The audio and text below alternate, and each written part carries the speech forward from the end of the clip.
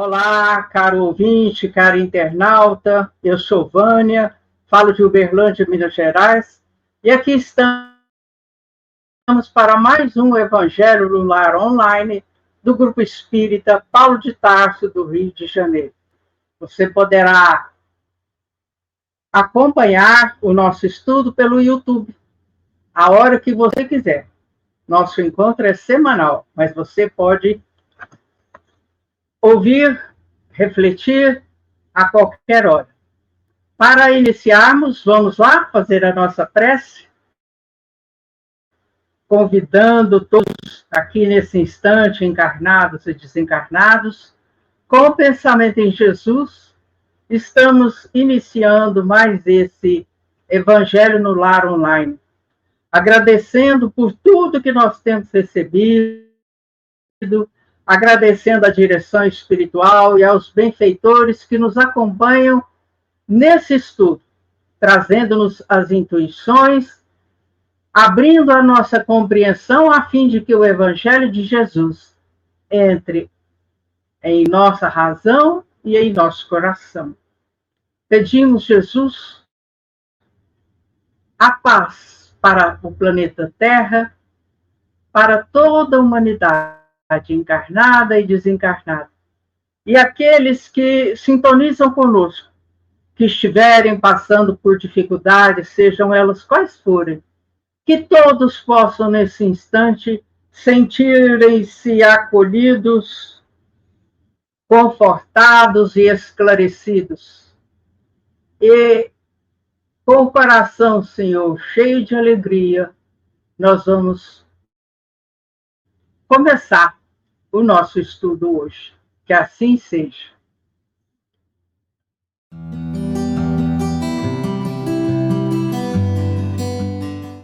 Já iniciamos o capítulo 13, não saiba a vossa mão esquerda o que dá à direita. E hoje nós vamos falar sobre o item 4, que é os infortúnios ocultos. Vamos ouvir com muita atenção o que Kardec traz para nós nesse item dos infortúnios ocultos, que são aquelas dificuldades, aquelas dores ocultas, escondidas, que fica sabendo, ou que muitos não veem. Nas grandes calamidades, a caridade se emociona e observam-se impulsos generosos no sentido de reparar os desastres. Mas, a par desses desastres gerais, há milhares de desastres particulares que passam desapercebidos, como das pessoas que jazem sobre um catre, uma cama de madeira, sem se queixarem. São esses infortúnios discretos e ocultos que a verdadeira generosidade sabe descobrir, sem esperar que peçam assistência. Uma pausa aqui para um breve comentário sobre algo muito importante. Quando há calamidades, sejam elas quais forem, né? A fome, a miséria, a enchente, o terremoto, o maremoto, o ciclone, o furacão, a caridade se emociona. E aí nós vemos, né, muitas pessoas se unindo em prol daqueles que foram atingidos por essas calamidades. Mas Kardec nos lembra um outro tipo, daqueles desastres particulares que passam despercebidos, né? Nos quais, muitas vezes, há pessoas deitadas sobre um leito de madeira, sem se queixarem. E Kardec nos lembra que são esses infortúnios ocultos e discretos que a verdadeira generosidade sabe descobrir, sem esperar que peçam assistência. Quer dizer o quê, meu irmão, minha irmã? Que nós, muitas vezes, esquecemos que há pessoas que estão acamadas, doentes, sem condições de trabalhar, e que muitas vezes ficam em casa, sozinhas, abandonadas, sem cuidado, sem alimentação, sem medicamento. Então, é a esses infortúnios que nós somos chamados para dar assistência. E Kardec ilustra com um exemplo maravilhoso. Quem é esta mulher de ar distinto, de traje tão simples, embora bem cuidado, que se faz acompanhar de uma mocinha tão modestamente vestida? Entra numa casa de sórdida aparência, aparência suja, onde sem dúvida é conhecida, pois que à entrada a saúdam respeitosamente. Aonde ela vai? Sobe até a mansarda, onde jaz uma mãe de família cercada de crianças. À sua chegada, brilha a alegria naqueles rostos emagrecidos. É ela que vem acalmar todas as dores, caso de que necessitam, acompanhado de meigas e consoladoras palavras que fazem que os seus protegidos, que não são profissionais da mendicância, aceitem o benefício sem corar. Muitos pontos importantes para nós destacarmos.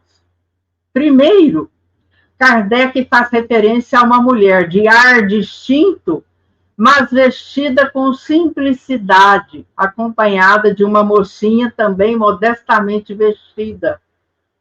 Por que isso? Para não constranger os beneficiados. Chegasse ela com um traje de gala, um traje todo bordado, o cabelo todo enfeitado, joias pelos braços, colar, pescoço, orelhas, isso com certeza intimidaria aquelas pessoas vivendo na miséria, na dificuldade, né? E quando ela chega, ela é saudada com respeito, porque ela vai até a casa onde tem uma família cercada de crianças. Quando elas chegam, a alegria brilha no rosto daqueles, principalmente das crianças, rostos emagrecidos, porque ela vem acalmar todas as dores. O que quis dizer Kardec com isso?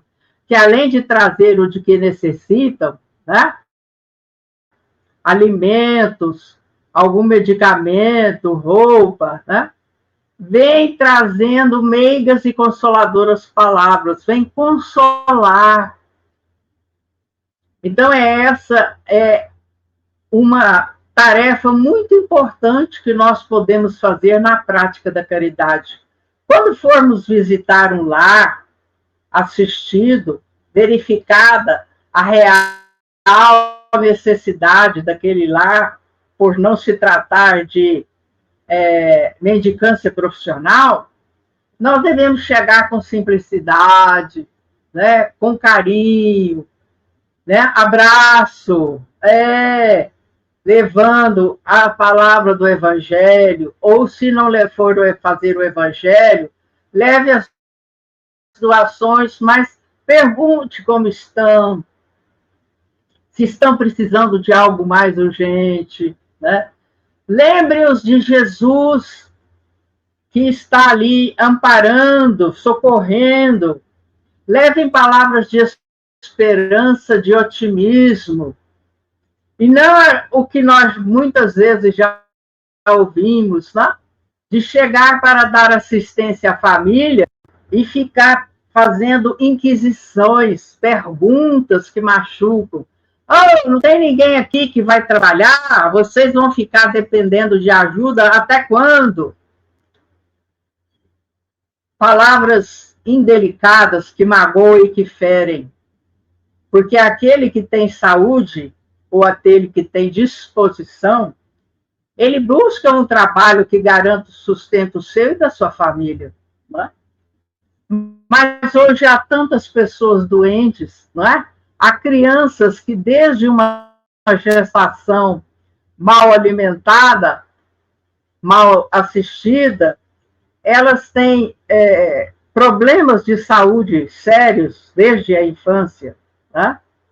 Então, nós precisamos abaixar um pouco mais o orgulho, a vaidade, o egoísmo e deixarmos-nos tocar pela prática da verdadeira caridade.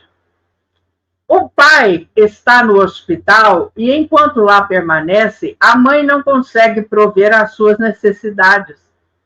São crianças pequenas, não têm parentes, de certo. Naquele tempo não havia tantas creches como nós temos hoje, e mesmo assim há bairros que têm falta de vagas, né? Graças à Boa Senhora, aquelas crianças não mais sentirão frio nem fome. Irão à escola agasalhadas, e para as menores, o seio que as amamenta não secará.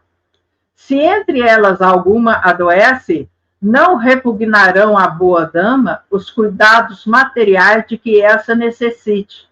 Dali vai ao hospital, levar ao pai algum reconforto e tranquilizá-lo quanto à sorte da família. No canto da rua, um carro a espera, verdadeiro armazém de tudo que se destina aos seus protegidos, que todos lhe recebem sucessivamente a visita. Não lhes pergunta qual a crença que professam, nem quais suas opiniões, visto que para ela todos os homens são irmãos e filhos de Deus. Terminada sua jornada, diz de si para consigo: comecei bem o meu dia. Qual o seu nome? Onde mora? Ninguém o sabe. Para os infelizes é um nome que nada indica, mas é o anjo da consolação. À noite, um concerto de bênçãos se eleva em seu favor ao Criador.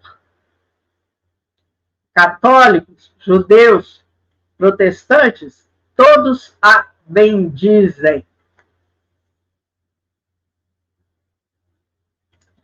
Então, a jovem, a senhora, mas a mocinha, modestamente vestidas, foram levar doações para uma família em que a mãe estava cercada de várias crianças, umas maiores e outras bem menores, pois o pai estava internado no hospital. E a chegada das duas, com alimentos, agasalhos, faz nascer a esperança em seus olhos, né? E assim as crianças não sentirão fome nem frio e poderão ir à escola agasalhadas. E se alguma adoece, a senhora providencia todos os cuidados materiais de que ela necessite e depois vai ao hospital levar ao pai o reconforto e lhe dizer que toda a sua família está assistida e que nada lhes falta, tranquilizando aquele coração para a sua recuperação no hospital. E no canto da rua, né, um carro espera a dama, contendo todas aquilo que se destina aos seus protegidos. É como se fosse um armazém com mercadorias, né?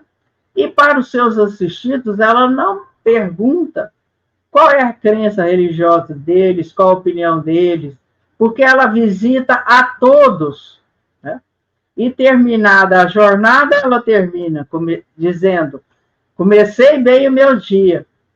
Onde ela mora, qual o nome dela, o que ela faz, nada disso interessa. Para os beneficiados, ela é o anjo da consolação. E à noite, uma sinfonia de bênçãos se eleva a Deus, onde todos agradecem àquela generosa dama que lhes foi socorrer a fome, o frio, a sede e tudo mais que estivessem necessitando.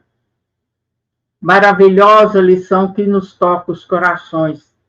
Independente do que vamos levar, do horário que iremos, sempre há corações desamparados aguardando a visita de uma alma generosa e caritativa.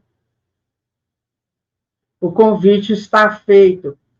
Comecemos primeiro em relação aos nossos familiares, aos nossos parentes, aos nossos vizinhos, aos companheiros de fé religiosa ou de templo religioso, e depois a toda a sociedade como um conjunto. Auxiliando famílias, auxiliando instituições, o importante é fazer o bem. Passo a palavra agora para a nossa querida Norminha, para dar sequência a esse item, os infortúnios ocultos. É com você, Norminha. Ok, querida Vânia. Vamos dar prosseguimento, então, à leitura do Evangelho, meus irmãos.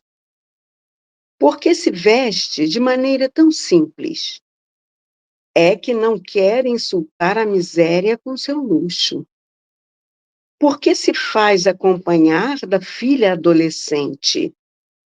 É para ensinar-lhe como se deve praticar a beneficência. Então, meus irmãos, aqui a Vânia já tinha pontuado. Ela poderia estar coberta de joias, né? Mas aqui está tendo a justificativa, né? Ela não quer insultar a miséria com seu luxo. E quando ela leva a filha adolescente, ela está evangelizando essa filha pela ação da prática da caridade, para acompanhá-la nesse propósito, né? E aí continua. É para ensinar-lhe como se deve praticar a beneficência.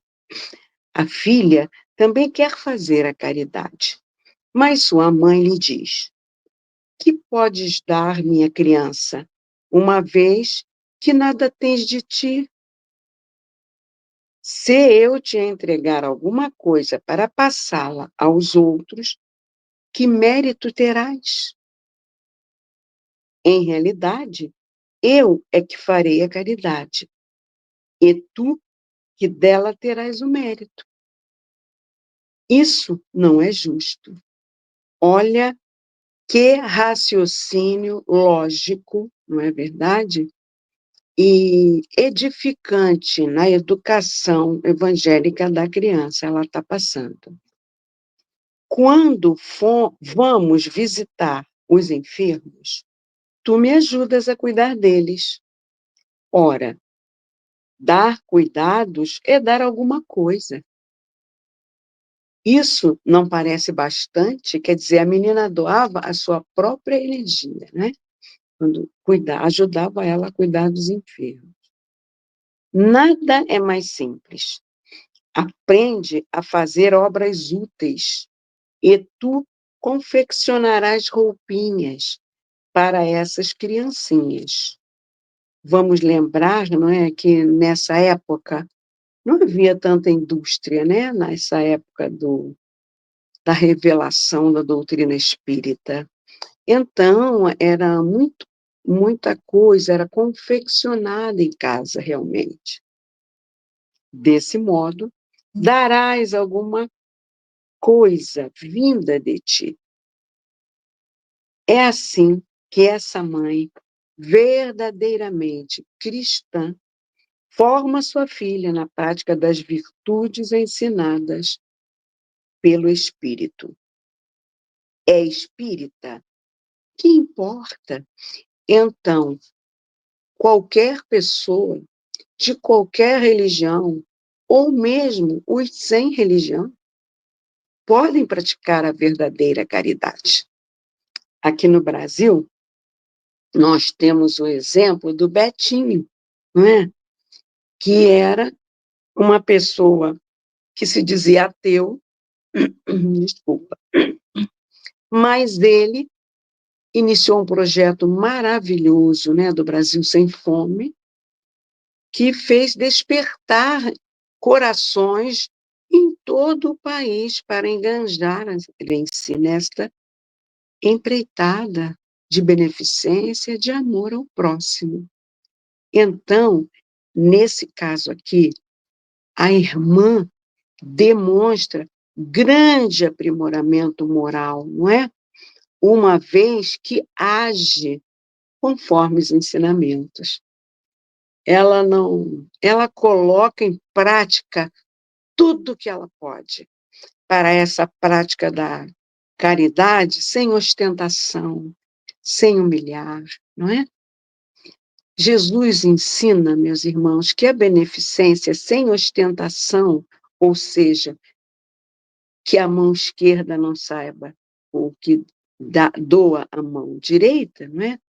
Isto quer dizer que a caridade deve ser praticada com humildade, como faz essa irmã, e sem busca de reconhecimento. A recompensa pela beneficência não está no reconhecimento humano, mas na aprovação de Deus, que reconhece o esforço e a sinceridade da alma. Então, quando a gente agora passa a leitura do último parágrafo desse item, a gente vai ver como essa irmãzinha não buscava o reconhecimento. Olha o que diz a mensagem. No seu lar, é a mulher do mundo, porque sua posição o exige. Mas ignora-se o que ela faz, porque não quer outra aprovação senão a de Deus e da sua consciência. Um dia, porém, uma circunstância imprevista conduziu até ela uma das suas protegidas, que lhe produzia obras. Esta a reconheceu e quis abençoar sua benfeitora. Silêncio, disse-lhe, não o digas a ninguém. Assim falava Jesus. Então, a gente viu na semana passada, não é? Quando Jesus curou o leproso, que o que ele pediu para aquele irmãozinho? Para ele não alardear a cura, não é verdade? Então é isso. É um belíssimo ensinamento. A caridade, ela é fundamental para o progresso espiritual e para a evolução do ser humano. Que cada vez mais nós possamos fazer como exemplificou essa irmãzinha, colocando em prática, porque não basta toda semana fazermos o evangelho no lar, discutirmos, ampliarmos, não é? O conhecimento sobre os ensinamentos evangélicos, se ficarmos apenas na teoria. O mais importante é colocarmos em prática, no dia a dia. Só assim estaremos fazendo valer essa belíssima oportunidade da reencarnação, que nos é dada exatamente para que construamos o nosso progresso espiritual. Mas isso não cai do céu. O esforço é nosso, o autoconhecimento, a autotransformação, para que consigamos ter, não é, a evolução espiritual. É isso, queridos irmãos, para que nós possamos completar todo esse raciocínio encadeado, nós vamos passar a leitura da lição 154, Caridade sem Orgulho, do livro Vivendo o Evangelho, volume 1, uma psicografia de Francisco Cândido Xavier pelo espírito André Luiz. Então, vamos a essa leitura? Algumas vezes é inevitável a publicidade no serviço do bem. Nós já vimos o exemplo, não é? Do projeto do Betinho. Ele tinha que divulgar para que mais mãos se habilitassem naquela tarefa, não é? De conter a fome no nosso país. Continua André. Instituições promovem campanhas em favor do próximo e companheiros movimentam-se para o auxílio. Foi o que aconteceu, não é? Aqui no Brasil. Participe, mas sem ostentação. Então, pode-se perfeitamente contribuir sem ficar alardeando.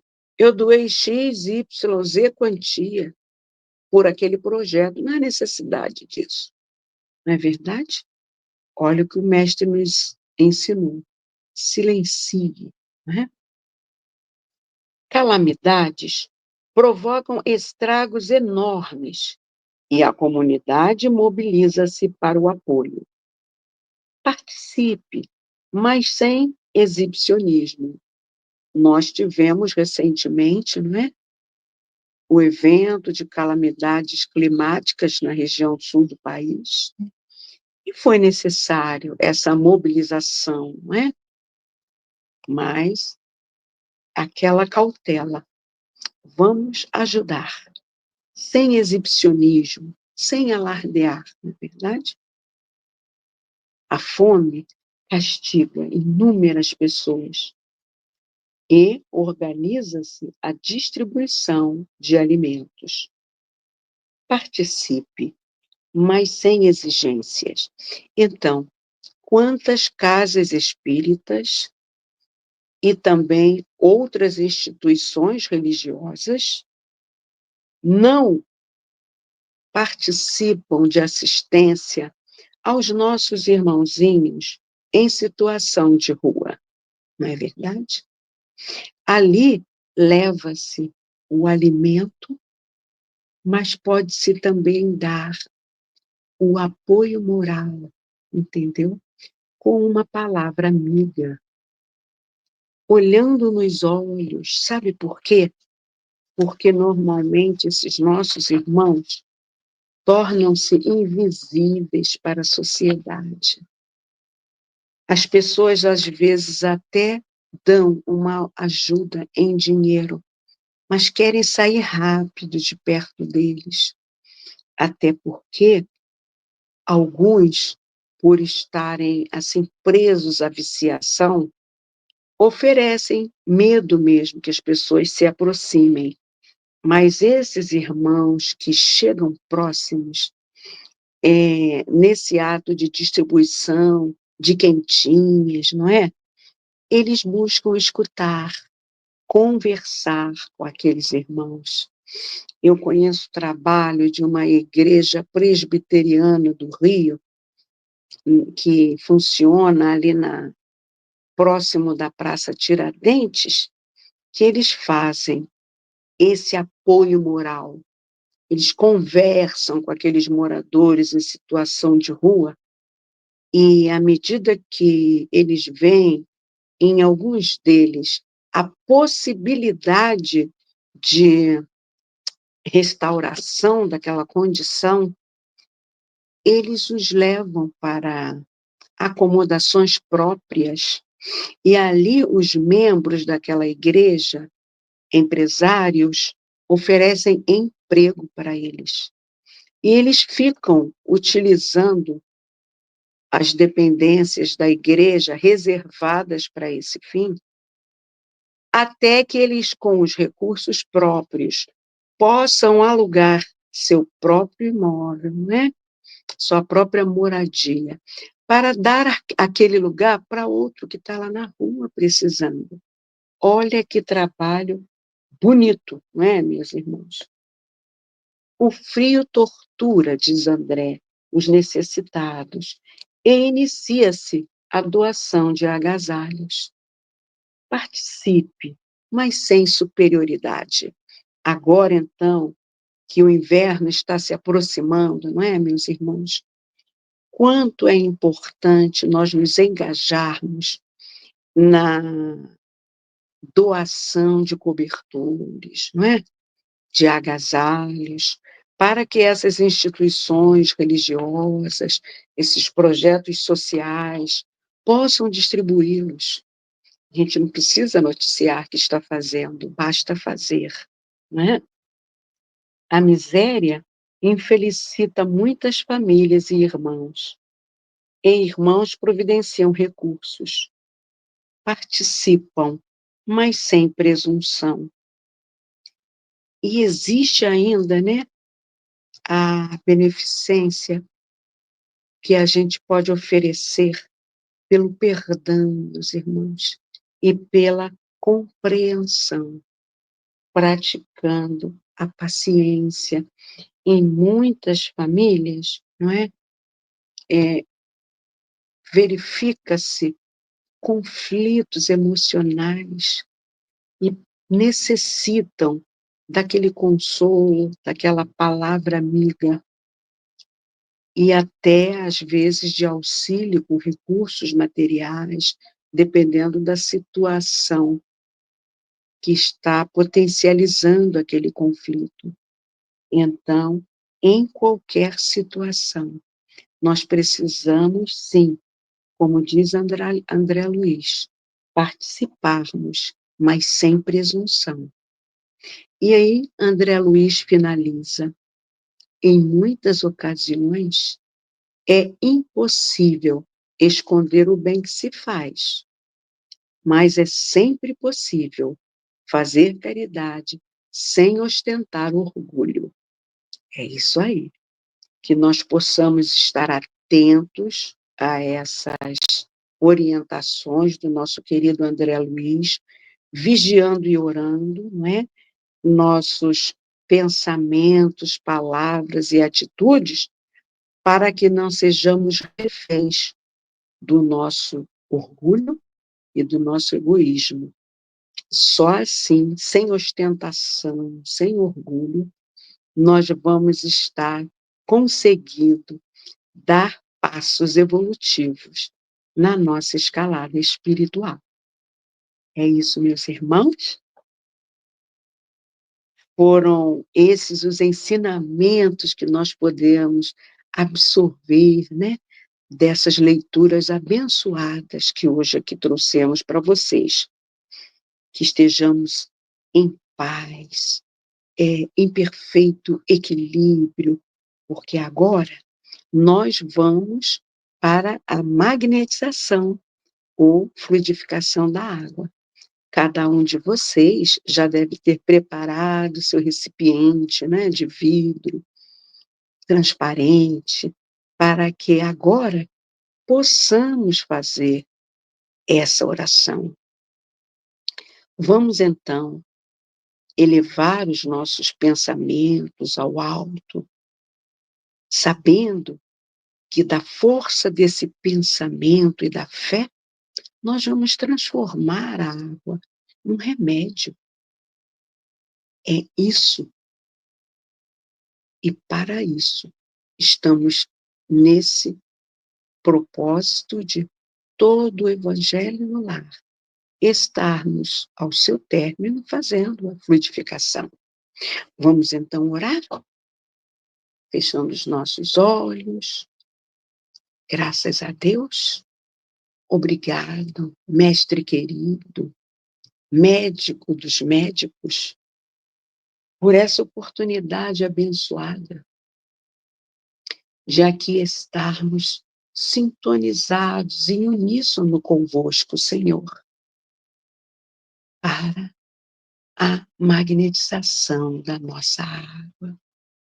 Permita, querido mestre, que os seus benfeitores de luz, que aqui estão conosco em seu nome, tragam dos laboratórios espirituais os fluidos balsâmicos, medicamentosos necessários à transformação desta água num remédio para os corpos físicos e espirituais das pessoas que dela fizerem uso.